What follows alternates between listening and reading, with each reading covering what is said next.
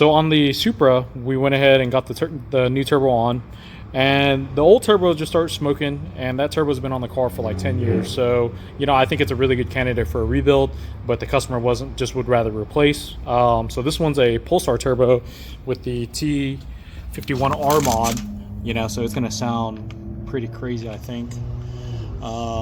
So we were thinking that the downpipe flange would be different, but it actually lined up perfect. The oil return line though wasn't playing nice with the manifold here, and so we basically had to modify it. Ooh. And that's what our modification looks like. So keep in mind that drains are gravity fed only, so we had to modify it just to get it to clear the manifold here. And then we'll go ahead and we'll tighten back up, and then obviously we have the coolant lines that the old turbo did not have. The old turbo was oil cooled only, so now we've got oil lines that we've got to figure out how to or coolant lines that we have to tap into. Again, not a big deal.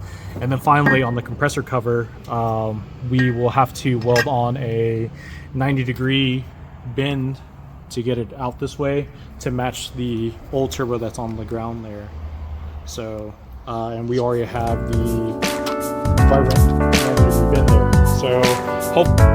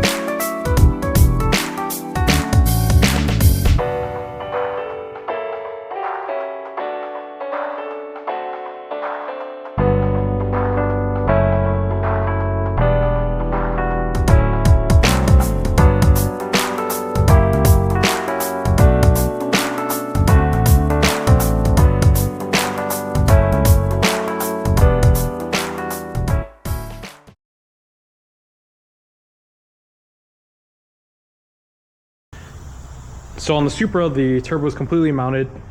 We welded on a cast elbow over here just to finish up the piping, and it's basically going to follow the original piping. Now if you look down here, we've got a check valve, and that's actually for the idle air control valve, and we are changing that up. I didn't really like the way that was done, so we're already taking it apart.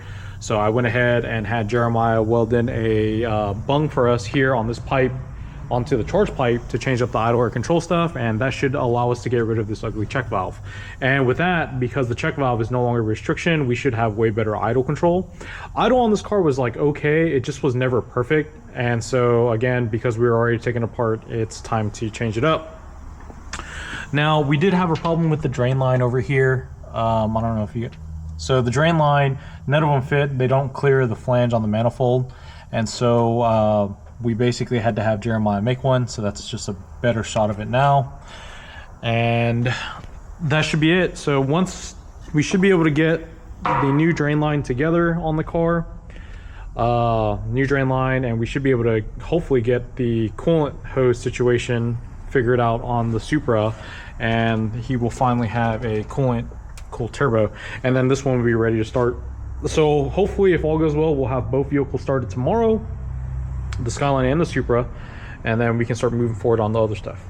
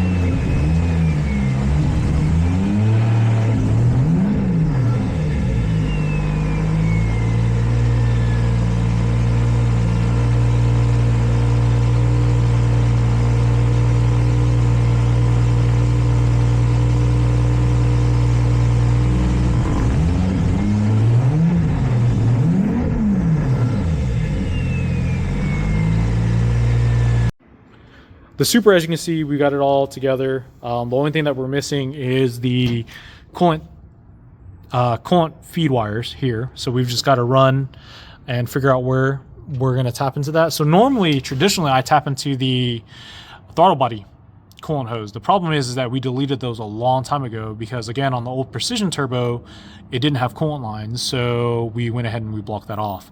So now we have coolant lines to deal with, and we're probably going to tap it. I think the easiest place is actually going to be off the heater core hoses. We could tap it off the radiator hose. I don't really want to do it that way, but we definitely can.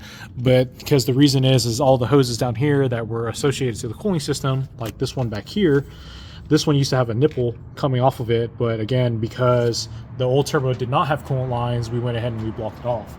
So now we may or may not hook those up. I'm not really sure, but if we do, it's going to be off the heater hoses, most likely.